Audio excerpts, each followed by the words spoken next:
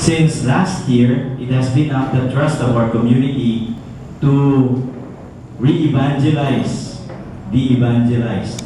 Meaning, or if you have noticed, for the last year, the whole of last year, we've been reintroducing the Catholic dogmas and teachings of our church and repeating or reviewing the catechism of the Catholic Church for our benefit, so that we will understand the church that we have chosen to be part of.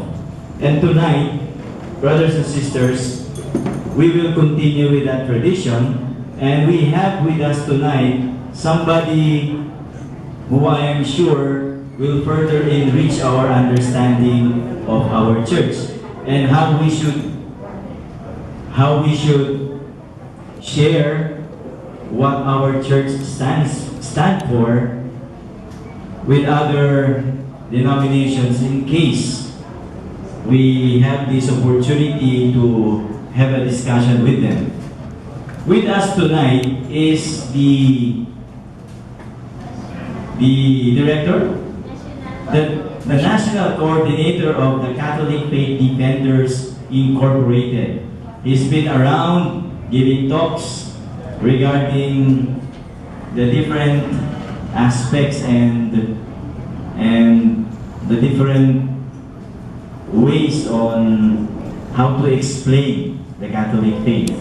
And so, brothers and sisters, if you just settle down, and again, may I request everybody to please turn your cell phones in silent mode. Help me welcome, to give us this teaching track, help me welcome Brother Alvin Gitamondoc.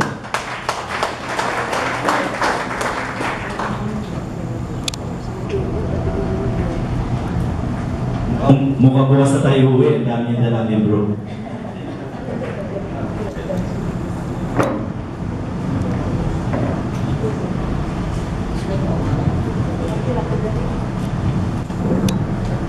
Good evening. Could I use English and Tagalog? It's okay? Okay. Okay. First of all, I would like to thank Almighty God that He has given us this offer of grace, an opportunity to listen to His Word, especially the Holy Bible, from the point of view of the Roman Catholic Church.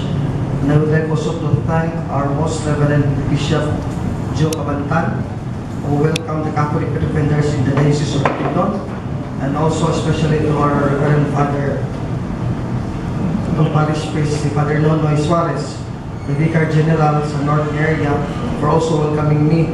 Dito ko nang ipatulog sa kumbento. No? Actually, a month ago, I was already here giving the Safety Apologetic Seminar, and then part also of the recollection sa parish.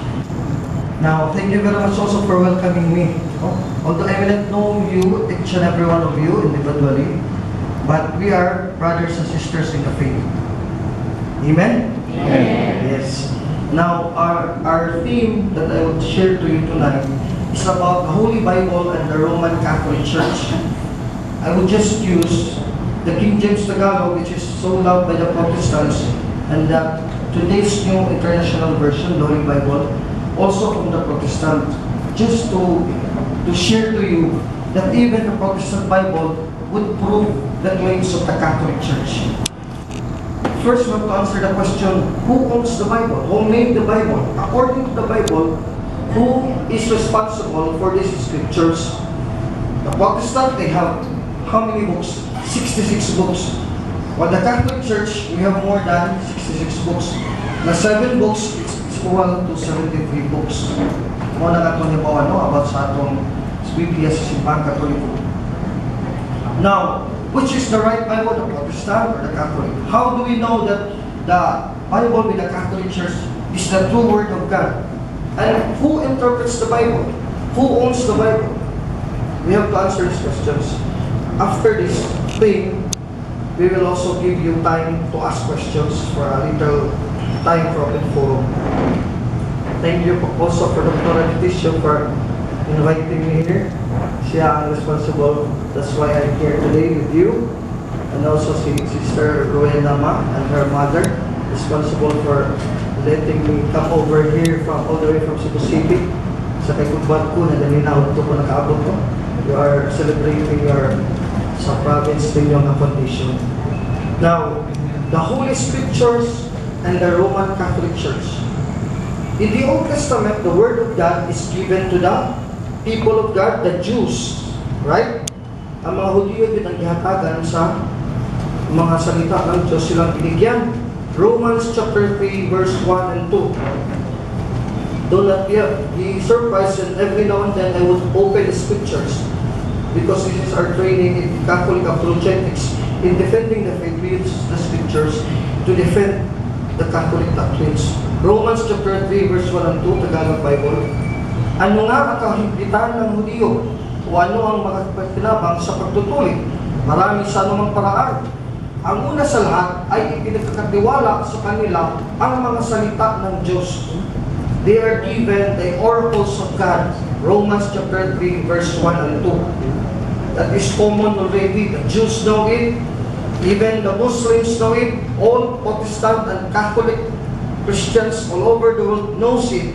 That the Old Testament, the people of God, the chosen people of God, is Israel. And they are the only people given the Word of God.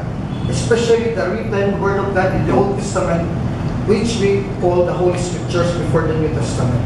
Again, Romans 3, 1 to 2. Now let's go back to the question.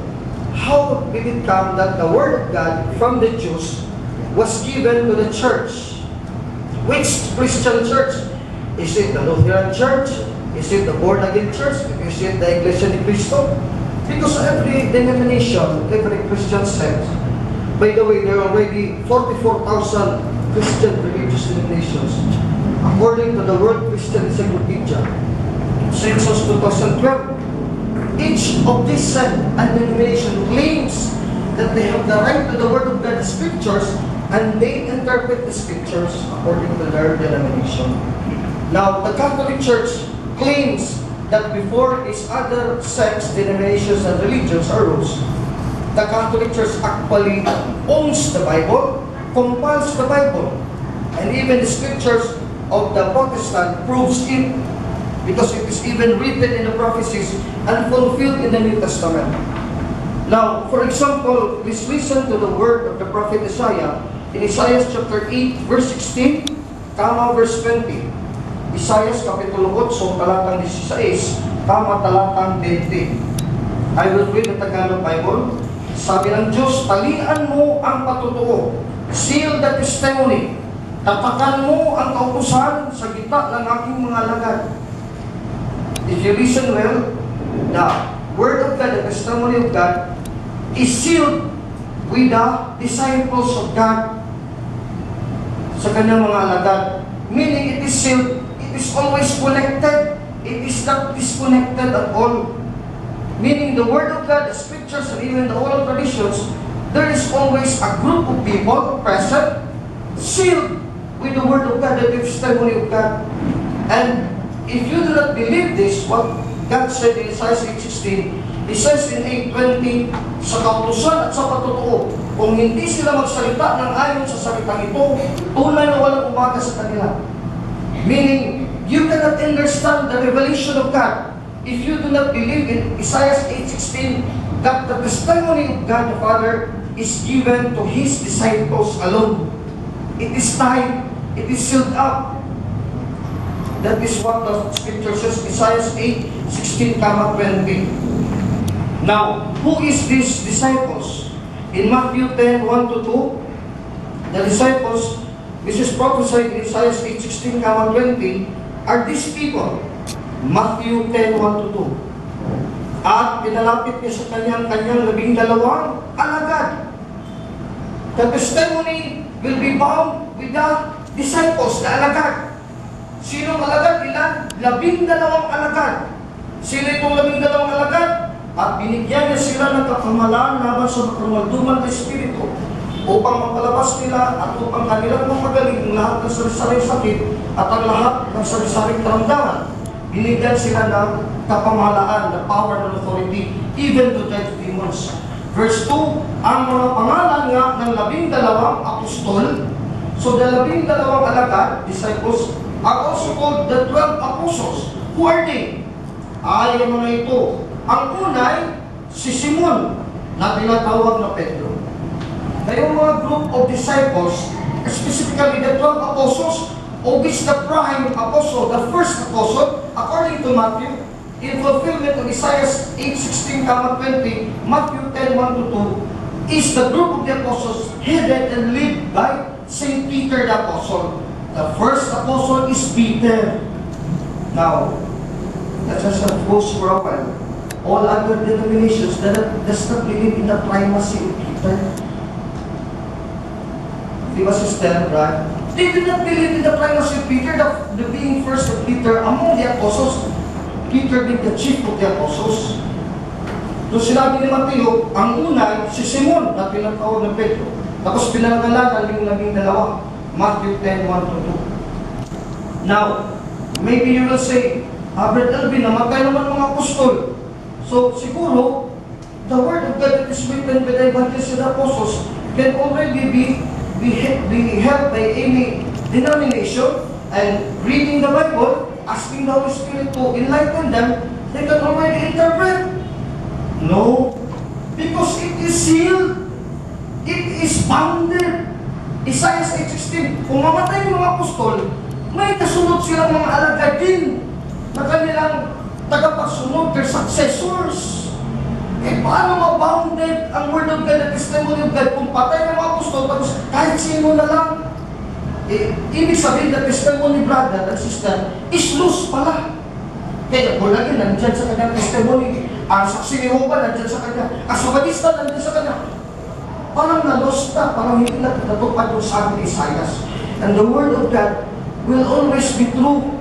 Why? Isaiah chapter 59, verse 21, Isaiah kapitulo 59, ang talata ay 21, sabi ng Diyos sa lumang tipan, at tungkol sa akin, sabi ng Diyos, ito ang aking tipan sa kanila. Ibig sabihin sa kanyang mga alagad. Sabi ng Panginoong Diyos, ang aking espiritu na nasa sa iyo, at ang aking mga salita, the written word, salita, the word of God, the revelation of God, and even the oral traditions, the word of God, anong mangyayari? Ang aking mga salita na iniligay ko sa iyong bibig, hindi hihiwalay sa iyong bibig, o sa bibig man ng iyong labi, o sa bibig man ng angkan ng iyong lahi, sabi ng Panginoong Diyos, mula ngayon hanggang magpakailanman. Amen? Amen. Amen. Hindi pwede, pagkamatay ng mga apostol, brother, pwede na si Asuriano, pwede na si Felix Manalo, wala nang kasunod, hindi mawawala ang lahi. Kasi ang salita ng Diyos, hindi rin mawawala. Eh, nandun din sa bibig ng mga alagad ng Diyos sa kanyang simbahan, sa kanyang kawan. Hindi yun nawawala kasi prophecy to this must be fulfilled. Otherwise, if this is not fulfilled, then God is lying. Nagsinungaling ang Diyos. Magsisinungaling ba ang Diyos, Brad? Hindi. Kaya tutuparin ang Diyos ang kanyang salita. 59:21 of the book of Isaiah. O sige, for the sake of reading the English version, let us read the same verse in the English Bible. Sa New International Version, Isaiah chapter 59, as I have read the Tagalog, verse 21. Sabi dito, as for me, this is my covenant with them, says the Lord. My spirit, who is on you, and my words that I put in your mouth, will not depart from your mouth, or from the mouths of your children, or from the mouths of their descendants, from this time on and forever, says the Lord. Napakalinaw. Now, who are the successors of the apostles? Because the apostles are like us, they're only human beings, they will die. God also prophesied that this will be fulfilled. The word of God according to Prophet Jeremiah in Jeremiah 3:15. Sabi ng Diyos, Jeremias 3:15, at bibigyan ko kayo ng mga pastor ayon sa aking kalooban na kakandili sa inyo ng kaalaman at unawa. O sa English version, I will send you shepherds. Sasabihin ng mga ibang religion, pastor ba? O kami na yun. Hindi naman palapari o bispo. Di kami na yun mga pastor. Ang mga pastor pa iba-iba. Iba-ibang religion. No, hindi. Jeremiah 15, then I will give you shepherds. Pastor means shepherd, hindi yung pastor sa protestante. Shepherd, after my own heart, who will lead you with knowledge and understanding. Kakandili sa inyo na unawa at kaalaman. Jeremiah 3:15. Sino yan? After the apostles, because the apostles died to fulfill the prophecy of God through the prophet Jeremiah, Jeremiah 3:15. In Acts chapter 20, verse 28, Tagalog Bible, ito paborito ito ng historiano ng Biblia. Sabi dito, St. Paul says in Acts chapter 20, verse 28, ingatan ninyo ang inyong sarili at ang buong kawan na sa kanila ginawa kayo ng Espiritu Santo, na mga obispo. Obispo. Sino pala yung shepherds? Yung pastors? Bishops. Obispo. O ngayon, tanungin mo, yung ibang mga reliyon hindi katoliko, may obispo ba? Yung iba lang. So the Church of England, may obispo. Orthodox Church, and also bishops. But what about this yung other religions that is sprouting in our modern times? Jehovah's Witness, Seventh-day Adventists, born again. Do they have bishops? No. They don't have bishops. And these bishops are the successors of the apostles. Eh may obispo naman itong iba Church of England, hindi naman successor ng apostol. Dapat may successor talaga kasi yung salita ng Diyos hindi mawawala doon sa kanyang mga alagad. Minsan kasi tayo binubobo tayo ng mga tao na hindi katulad. Nilulungkot tayo lahat. Kasi tayo din naman, we have to be to blame ourselves because we're not also studying. Kaya wala man manluloko kung wala magpaloko, di ba, sister? Oo. Kaya maraming katulad kung naloko na punta sa Babilyon kasi nagpaloko, eh hindi man alam. Hosea 4:6, Isaiah 5:13, my people are lost because of lack of knowledge and wisdom. Nawawala ang ating mga tao dahil anong kadahilanan sapagkat hindi nila alam ang katotohanan, ang kaalaman ng Diyos. Hosea 4:6 and Isaiah 5:13. Kaya pagkamatay ng mga apostol, mga obispo, where did they belong? The apostles and the bishops. They belong to the church that is founded by our Lord Jesus Christ. In 1 Corinthians chapter 12, verse 28, unang Korinto 12:28, saan nilagay ang mga obispo at ang mga apostol? At ang Diyos ay naglagay ng ilan sa iglesia. Unay-unay mga apostol, dalawa yung mga propeta, ikatlong mga guro, sa kamayamala, sa kamakaloob na pagpapagaling, mga pagtulong, mga pamamahala, at iba't ibang mga wika. Unang Korinto 12:28. Kaya saan nilagay yung mga apostol? Sa simbahan, ipinatag ng Diyos. Pagkatapos ng apostol, siyempre yung mga obispo din, Acts 20:28, in context with 1 Corinthians 12:28. After the apostles are the bishops within the church of God that Christ established.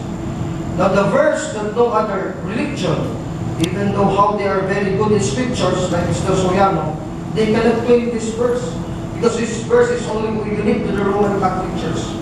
Christ said to Peter, et ego dicutim, et tois Petrus, et sopra Petra, edificabo ecclesia mia, et portae infere, then available at verses here. Matthew 16:18, thou art Peter, and upon this rock I will build my church, and even the gates of hell cannot prevail against it. Matthew 16:18. Yun yung mga katawan sa Ginoo, na dito ang tulong niya, dili mo hanaw, dili mo bulag ang salita ng Diyos. Nga naman, magpadayon kay dili mabundok sa kamatayon, even hell hates, even Satan cannot destroy the church. Why? Because Christ, through God and through man, founded His own church. It cannot apostatize, it cannot be lost, because the church is built and founded by Jesus. Matthew 16:18. And He is true to His promise. Even the gates of hell cannot prevail against the church. Or is that fulfilled? Yes, for 2,000 years. This is the only church existent for 2,000 years. Been attacked. First by the Jews, mga Hudyo, di-persecute nila mga apostles, di ba, brother, in history. After the Jews persecuted the apostles of the first Christian church, the Roman Empire, the pagan Roman Empire, they persecuted the church for 300 years plus. And then during the time of Constantine, he was converted into Catholic, into Christian. Then the Catholic Church won the world for up to now 2,000 years. Amen? Amen. So the prophecy and the promise of Christ is fulfilled by church. The gates of hell cannot prevail against my church. That is the word of Christ. That is not the word of any man. Now, the church that Christ built is Catholic. Why? Because this is what the Protestant would hide to you so that you would not know. You would never use the word Catholic because actually the word Catholic is in the original Greek. Why is it Catholic? Because first, Christ quoted in Isaiah 56:7, Mark 11:17, he quoted this, and this is the one of the forerunners of the church in which the church is identified being Catholic, where Christ said, Mark 11:17, Marcos 11:17, at sinabi sa kanila ni Jesus, hindi ba nasusulat sa kasulatan? Hindi ba nasusulat? Sabi ng Diyos, ang aking bahay ay tatawaging bahay panalanginan para sa lahat ng mga bansa. Is it not written? Quoting Isaiah 56:7. This is the unique verse quoted by Christ when describing about His temple, His people, His church. Ang aking bahay ay tatawaging bahay panalanginan ng lahat ng mga bansa. My house will be called the house of prayer for all nations. Isaiah 56:7, and then Mark 11:17. And how did the apostles fulfill that word? My house shall be called the house of prayer for all nations. The house is the church. 1 Timothy 3:15. If I delay, this writing to you will tell you how you will behave in the house of God. What is the house of God? Which is the church of the living God, the pillar and bulwark of truth, according to Paul in 1 Timothy chapter 3, verse 15. Now the church founded by Christ in Matthew 16:18-19, it is the house of God, 1 Timothy 3:15, and it is where the apostles and the bishops are placed, 1 Corinthians 12:28, Acts 20:28, it is Ecclesias Catholis in the Greek, Iglesia Catholica sa Greko. Kaya, if a Protestant would ask you, where can you find the word Catholic in the Bible? Siyempre, hindi tayo makasagot sa English Bible, sa Tagalog Bible, sa Cebuano, kasi Catholic is not Cebuano, English, Tagalog, hindi mo yan mababasa sa English Bible. This is just by mga evangelicals. You can read the Catholic Church in the Greek original because Catholic is originally Greek, translated to Latin Catholicus, or otherwise Universal Ecclesia or Universal Church. Here, I have here the Greek New Testament 4th Revised Edition Dictionary, Praxis Apostolon, Acts of the Apostles. So how did the apostles act out the words of Christ to fulfill prophecy in Isaiah 56:7, Mark 11:17? Let us read in the original Greek. Hemenhon, Ecclesias, or Church, Ecclesias Catholis, Ecclesias Catholis, Tes Judeas, kay Galileas, kay Samarias. The Catholic Church in Judea, in Galilee, and in Samaria. So the church founded by Christ in Matthew 16:18-19, thou art Peter, and upon this rock I will build my church. It is the Catholic Church. Acts 9:31. And why did it become Roman Catholic Church? Because after the first Christian church was persecuted in Judea, in Jerusalem, in Israel, in Acts chapter 8, verse 1-3, all the apostles and the other Christians fled to Rome, and from Rome, they spread the same Catholic faith, Catholic Church from Rome. And from Rome, it was established, Rome became its quarters, and the Roman Catholic faith was spread all over the world. I will read in the Greek Bible. Pro Romaios, the letter of St. Paul to the Romans, Greek also, chapter 16, verse 23. The Iglesia ni Cristo would love to read this Romans 16:16. Pangumustahan kanimo ang mga Iglesia ni Cristo. All the churches of Christ greet you. Wrong. The churches of Christ in 16:16, in 16:23 is no other than the Roman Catholic Church. Hindi yung itinatag ni Mr. Felix Manalo sa Punta Santa Ana, Manila, 1914. Ang layo, walang koneksyon sa mga apostol. I will read in the Greek Bible. Pro Romaios to the Romans, chapter 16, verse 23. As pasitay humas ngayon sulinos mo'y Catholistes Ecclesias. Romanos Roman. Catholistes Ecclesias. Catholic Church. As it was a Catholic Church in Judea, Acts 9:31 Greek, so it was also the Roman Catholic Church in Rome. Romans 16:23. Kaya this is already very conclusive, my brothers. Good for you that you invited over me here, you're welcoming, that maybe for the first time in your life, you have read from your ears the word Catholic in the original Greek. Sister.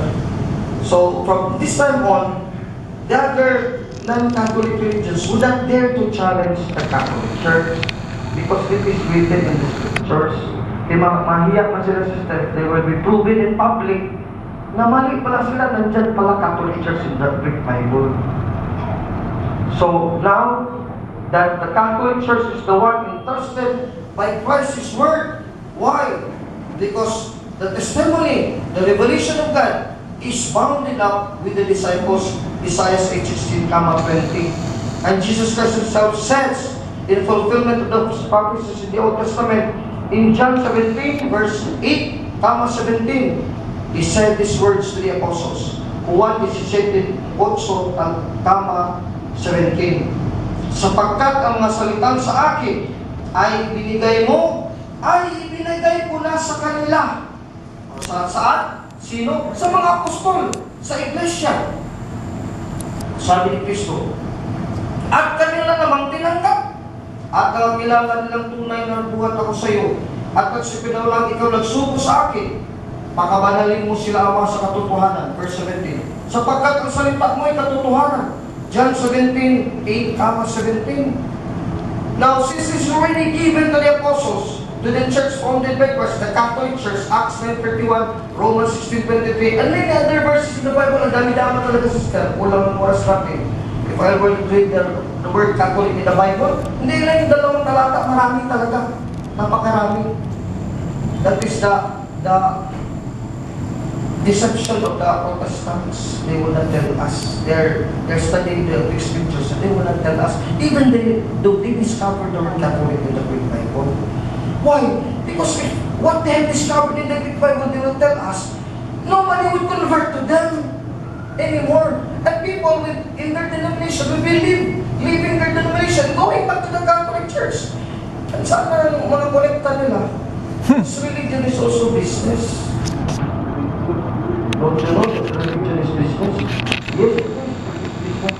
And the word, John 17:17, can sanctify the church. Now, if the word of God given to the church, to the apostles and the successors, the bishop, can sanctify the church, it would produce saints. That the word of God is with the other non-Catholic religions. Kasanctify sana sila, naging banal sila. Ngayon hanggang ngayon, walang santo kahit isa. Walang santo kahit isa. Are you not surprised?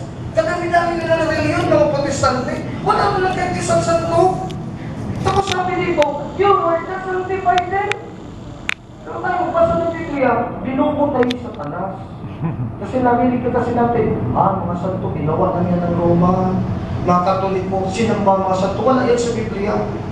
But if you look closer, do not listen to these other doctrines of the non-Catholic religions. Look closer to the Word, and you will know that the Catholic Church in its life and its worship fulfilled every word of the Scriptures from Genesis to Revelation. Amen? Amen. Amen. So the Word of God is given to the church, and the church is the Catholic Church.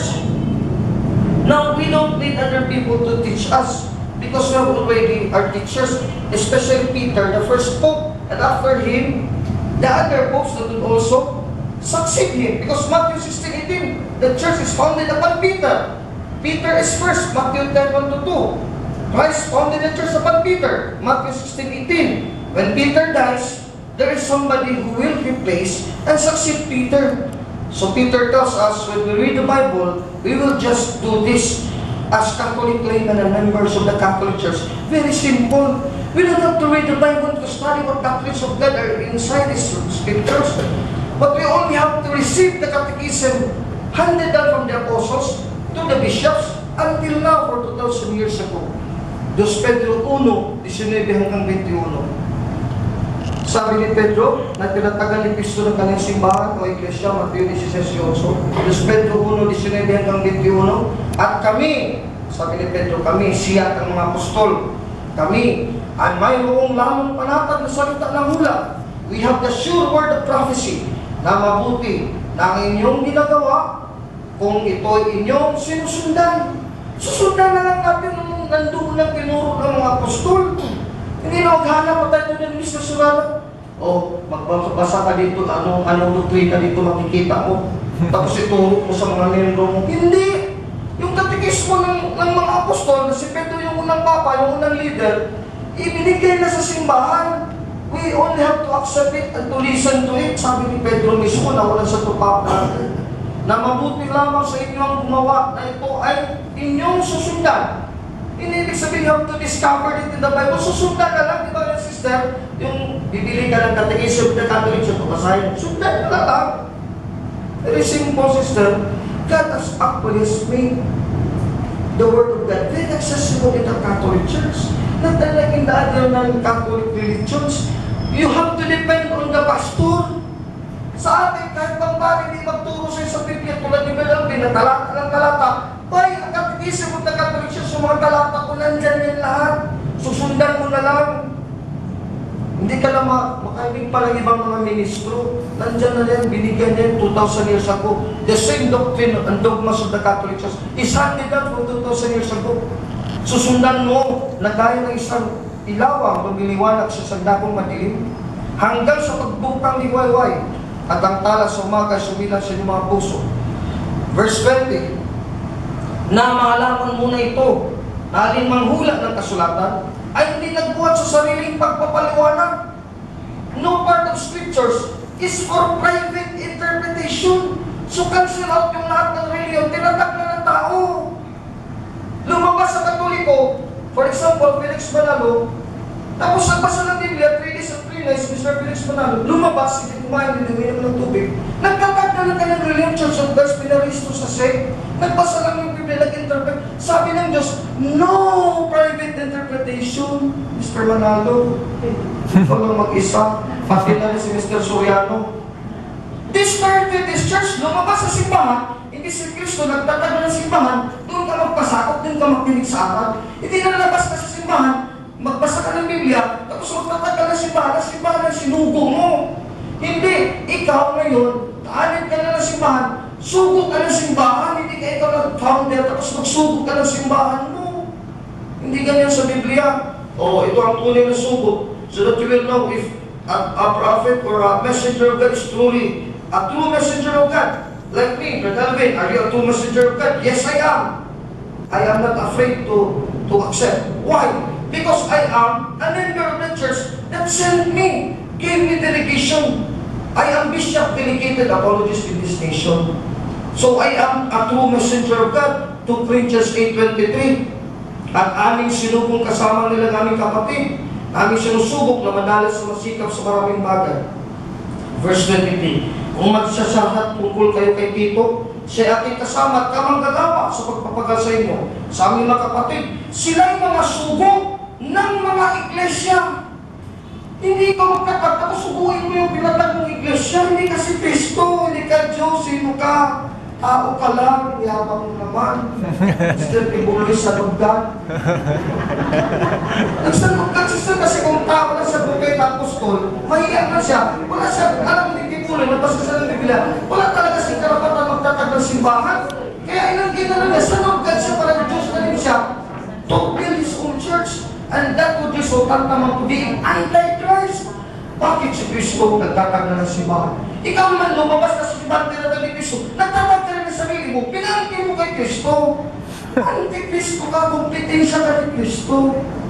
Parang negosyante ka, nagtinda ka dito ng maruya, may iba naman na sina, no? Na envy, nagtatag naman ng negosyo niya ng maruya, ipaparan ka para makuhaan kang miyembro, para makakwarta siya. Diba ganyan ang ginawa ng ibang reliyon? They are not true, they are false prophets. 2 Corinthians 8:23-22, the church is already built, like Christ founded. So the church magsugo ng mga sugo. Hindi kilalabas ka ng simbahan, mag-founder ka ng church, tapos yung simbahan na i-found mo, isuko mo sila. Ikaw ang leader, ikaw ang labaw. Muna kagsipis ko, you are an antichrist. I am not telling you that. It is God who tells you that these people who come out of the Catholic Church and founded and built their own church, they don't have the power and the gift of interpretation of scriptures because they are even the Antichrist, the enemy of Christ. 1 John chapter 2, verse 18-19. Unang Juan 12-18. Pumunting mga anak, ito ang huling oras. At gaya ng inyong narinig na darating ang Antikristo, mga kaaway ni Kristo. Kahit kailan lumitaw ng maraming mga Antikristo, o isa lang ang tunay na Kristo, ang mga Antichrist, marami. Marami yan ang Antichrist, isa lang ang tunay na Kristo. Kaya ang nalalaman natin na ito ng huling oras. Verse 19, sila'y nagsisilabas sa atin, ngunit sila hindi sa atin, sapagkat kung sila sa atin, ay magsipanatili sana sa atin. Ngunit nagsisilabas sila upang sila mayag na silang lahat ay hindi sa atin. Yung lumabas sa Catholic Church founded by Christ, Matthew 16:18, Acts 9:31, Romans 16:16, 23, mga anti-Christ. 1 John chapter 2, 18-19. And in verse 27, isinulat ko sa inyo ang mga bagay na ito tungkol sa mga may ibig na magligaw sa inyo. Kung lalabas sa simbahan katoliko na itatagdag ni Kristo, magtuturo sa iyo, sasabihin mga aral ng doktrina ng Diyos, pero labas sa ng simbahan na itatagdag ni Kristo, magliligaw na yan sa inyo. Ang sabi ni Juan, unang Juan 2:26-27, at tungkol sa inyo ang pagkapahid na sa kanya inyo lang tinanggap, ay nananahan na sa inyo, at hindi inyo na kailangan kayo turuan pa ng sinuman. Ngunit kung paano kayo tinuturuan ng kanyang pahid tungkol sa lahat ng mga bagay, at siyang totoo at hindi kasinungalingan, at kung paano kayo tinuturuan ito, ay kayong nananahan sa kanya. 1 John 2:26-27. Oh, napakaliwanag. Hindi nyo kailangan pang turuan ng iba. Ngayon, katoliko na tayo, tinanggap na natin ang aral ng Diyos mula sa mga apostol at sa mga obispo sa ating simbahan. Tapos mapaturo ka pa ng mga mangaral outside of the church, hindi mo na kailangan sila. Kasi kung kailangan mo, ililigaw ka lang. For example, Jehovah's Witness, Iglesia ni Cristo, magpaturo ka sa kanila, ay ito, Brad, sa aral namin, si Cristo hindi Diyos. O ayan, ililigaw ka. Diyos lang kapagtatag ng simbahan, ang tao hindi magtatag. And the Word of God is already given to the church. Again, I will read back 2 Peter chapter 1, verse 19 to 21, kasi I stopped in 20. Nalalaman mo na ito na alin mga hula ng kasulatan ay hindi nagbuhat sa sariling pagpapaliwanag. No private interpretation. Sabi ni Pedro. Verse 21, bakit? Bakit no private interpretation? Sapagkat, sabi ni Pedro, hindi sa kalooban ng isang tao, only one man, isang founder ng mga relihiyon, dumating ang salita at hula kailanman ng Diyos. Kundi, ang mga banal na tao ay nagsalita buhat sa Diyos ng audio ka ng Espiritu Santo. Kalikupan ng mga banal na tao. Hindi isang tao lang. Si Mr. Felix Manalo, banal ba? Si Mr. Surano, banal ba? Ellen Gulbert at Sabanispa, banal ba sila? Are they saints? Wala namang record na santo sila o santa. Sa banal ko ibinigay. Sa atin, banal ba? Oo! Bakit? Santo Papa. Oo, ayan. Pero hindi tayo maligaw. Di ba Santo Papa ng Roma defines dogma and doctrine? Kaya ibinigay marami sila Santo Papa at kalikupan ng mga obispo. Pati nga tayo, kasama tayo sa Holy Church, ito na natin Kristo kay Pedro. Unang Pedro 2:5-9, 1 Peter chapter 2, verse 5-9. Kayo rin naman, tayo mga Katoliko, nagaya ng mga batong buhay, tulad ni Pedro na bato, Matthew 16:18, ay natatayong bahay na uplo sa Espiritu, bahay ang Iglesia, upang maging pagkasaserdoteng banal. Pagkasaserdoteng banal. Yun yung mga kalikupan ng tao that have the right to interpret scriptures, mga saserdoteng banal. Sila wala naman sila saserdote. Kaya ang resulta, wala ding banal, wala ding holy. Walang pari, walang sakramento, walang Kristo talaga, hindi makapag-produce ng holy. Don't you realize it? Verse 9, natapat kayo isang lahing hirap, ang simbahan ng Iglesia, isang makaharing pagkasaserdote, The priest will rule this church.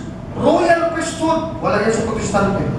Bansang banal. Bayad po sa sarili ng Diyos upang inyong ipahayag ang makarangalan niyang tumawag sa inyo o to teach, ipahayag ang karangalan ng Diyos mula sa kadiliman hanggang sa kanyang kagilas-gilalas na kaliwanagan. Unang Pedro 2, talata 5, kaman 9. O join it, Matthew 16:18-19. Christ founded the church upon Peter. Peter says to Peter 1:18-21, no private interpretation. Kaya kalukupan ng mga banal. Sino yung mga banal? Pedro rin nagsabi. Unang Pedro 2:5, the priesthood in fulfillment also of prophecy in the Old Testament. Because according to the prophet Malachi, in Malachi 2:7, it is from the lips of the priest that we will know the knowledge of God. Hindi sa mga pastor o sa sino lang founder na mga religion dyan, gilid-gilid. Malachi 2:7. Sapagkat ang mga labi ng saserdote ay dapat mag-ingat ng kaalaman at kanilang marapat hanapin ang kautusan sa kanilang bibig, sapagkat ang mga saserdote, siya ang mga sugo ng Panginoon na mahupo. Malachi 2:7. Ang sa tupa pa, saserdote ba? Pari ba o hindi? Pari. Ang mga obispo natin, pari ba o saserdote o hindi? Pari. O si Father Nonoy, pari ba? Hindi mo sa obispo, hindi mo sa tupa pa. Pari ba? Pari. O yun ang pari. Doon ka kukuha ng kaalaman tungkol sa Diyos. Malachi 2:7, kalipupan ng mga pari. O isipin niyo, sister, ang simbahan tinatag ni Kristo, si Kristo, isa na, ilangin natin. Tapos may 12 apostol pa bago siya umakyat sa langit, di ba? Di 13 na sila. Dito ng mga anti-Christ religion, sila lang mag-isa. Walang kasama. Kapag talaga ng mukha, ang demonyo. Mapangas talaga ng demonyo si Lucifer. Because of pride. Kasi sinusabi, kahit ako na mag-isa, rebelde sa Diyos, I am also God, Exodus 28:2. Ganyan yung utak ng demonyo. Ng anti-Kristo, very proud. Si Kristo nga, humble Diyos na siya, naging tao. He even accepted the aid of 12 apostles, tapos in Luke 10:1-3, another 72 disciples. Hindi marami ng simbahan bago itinatag sa Pentecost, di ba? The church was established in Pentecost Day, Acts 2:1-47. Before the Pentecost, ilan na sila? Si Mama Mary, 12 apostles, and added na si Matthias, and then yung mga bago pang converts, and then yung 72 pa. Di marami. Yun ang pagkatatag. Ito naman ibang reliyon, Charles de Sasser, siya na mag-isa ba't tinatag niya? Jehovah's Witness, Pittsburgh, Pennsylvania, 1870. Mrs. Ellen Goldwhite started the Seventh Adventist Church, 1844, in Battle Creek, Michigan, USA. Babae pa. Por santo. Ganyan ba mga reliyon? Makikinig pa kayo? Dito sa bukid na narinig ko, ang dami mga Katoliko dito, inaaralan ng mga Sabadista. Huwag mo lang tanggapin, sister, yung mga pariente nyo, relatives. Tell them, go away from that religion. Because that religion is only founded by mere human beings. It cannot save you. Come back to the Catholic Church because the Catholic Church is the true church founded by Christ. The word built does not mean na magtukod ka kasusasyon, iparestosasyon. Dili na po, sister. Ang meaning na I will build my church according to Prophet Amos in Amos 9:11 below. I will rebuild the destroyed of Israel. Meaning tayo, we are the ruins, the people. We are ruined because of sin. We are to be built, meaning we are to be saved. And man, fellow human beings like us, cannot save our fellow man. Kaya ang naliyang tinataglo ng tao, hindi yan makapagligtas. Diyos lang ang makapaligtas. Ang Iglesia Katolika makapagligtas. Sapagkat tinatag ng Diyos na si Kristo, hindi lang siya tao, kundi Diyos siya. Ibang reliyong tao lang.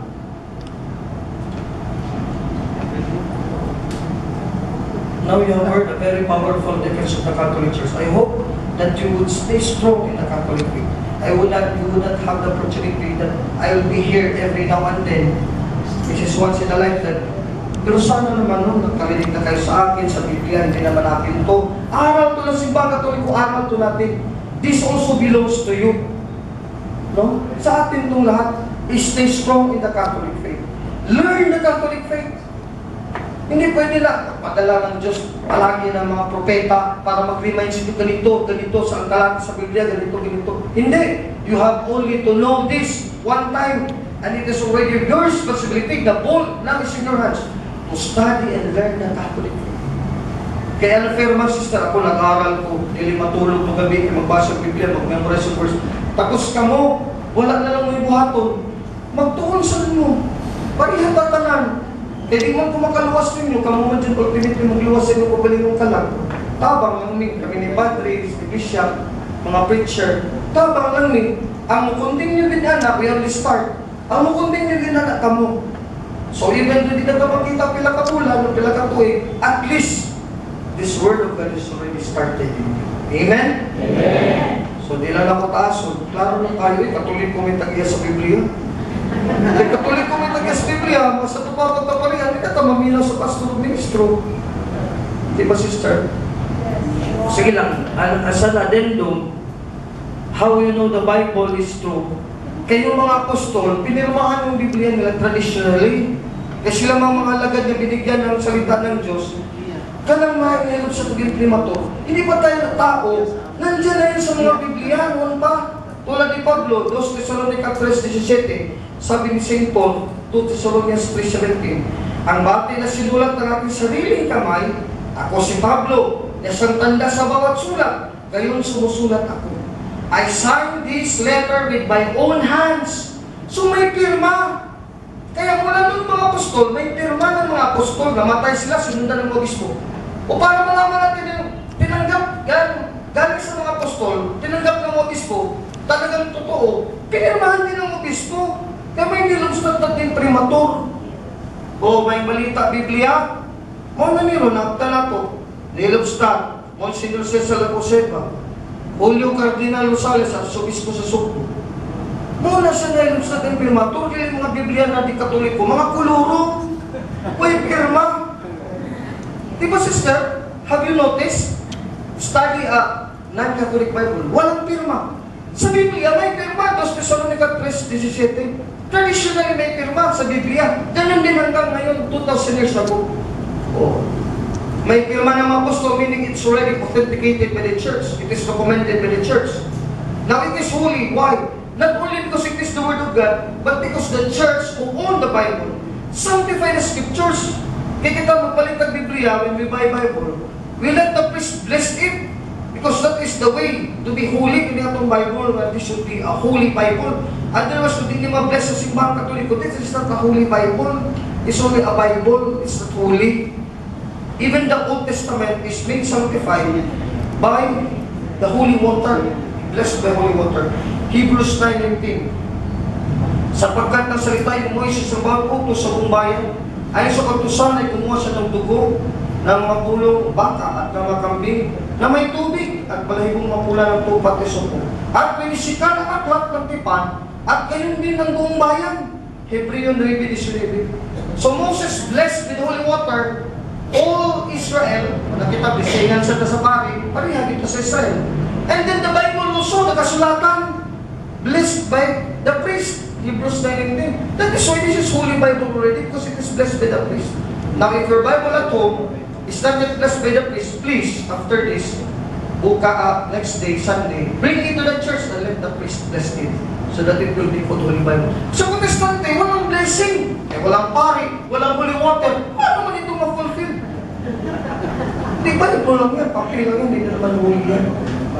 Ganito kasi spread ko yan, pag-bless na yan, by the church, it is sanctified. When you open it at home, Psalms 119, 120, the Holy Spirit will enlighten your home. Kaya natutulog na tayo, yung Biblia nakabukas niya sa altar natin, kay bless yan, Holy Bible yan, it will connect to the Holy Spirit in heaven. And when we sleep, it is like a light, spiritual light that will fill your home, that the demons will not come to you. Pwede ka bang umutol? Ito makahuna-huna ko ako, umugigong ka, ihagbong ka sa kalayo, ihagbong ka sa bangin. You see, there are many riches of the Catholic faith, and only we Catholics tamad na itang tuon mo ng problema. May ibang Catholic sister, tabang mo rin. Ano na po rin? Kadaghan na taga-una, kung di mo itong Biblia, di ganun taga-diferensya sa Protestante. Kadaghan na rin diferensya. O another difference, doon ay magtutudlo. 2 Peter 1:19-21. Another difference, Doon lang tayo oral tradition, written, oral, not only written. It is what St. Paul says in 2 Thessalonians 2:15. I will just read the New International Version of Protestant. Oral tradition, apostolic tradition. Zoom Kayo puro lang Biblia lamang, walang tradition. Yang zoom ano? Kaya kulang yung kanilang revelation. It is Paano full word of God. Tapos sabihin, full gospel. Full gospel, hindi nga one half ng gospel. Hindi one half ng gospel. Ang full gospel, given you the traditions, the teachings, we pass on to you, either by word of mouth or by letter. So may letter, Bible. May word of mouth, apostolic oral tradition, 2 Thessalonians 2:15. If somebody would come to you bringing down the word of God, but does not bring the tradition of the apostles, do not entertain him, 2 Thessalonians 3:6. Go away from every believer who is idle and destructive, and let's cleave and accept the teaching and the traditions you have received from us. 2 Thessalonians 3:6. O nanglain mo rin yun, panuktok sa'yo mo. Magsangyaw yung sister. Magsangyaw mo rin yun, Jehovah's Witness. Hindi sabi yung sangyaw, Bible lang. Bible lang. Ayaw dawata. Don't accept this. Ika ng oral traditions that are the interpretations of the Catholic Church of what is written in the Bible. Hindi man pwede ka mag-preach, puro lang Bible. Di babasa na lang nalimod, hindi lang i-preach.